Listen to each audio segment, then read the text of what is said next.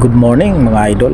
Ito na naman tayo, bumibiyahe papasok ng trabaho. Alam niyo yung pagramdam na halos kabisado mo na yung kanto, bawat stoplight, yung mga kasabayan mong motorista, parang araw-araw reunion.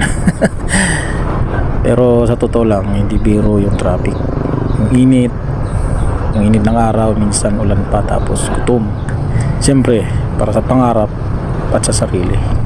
Minsan naisip ko trabaho na naman, pero inisip ko rin blessing yan, kasi hindi lahat may trabaho.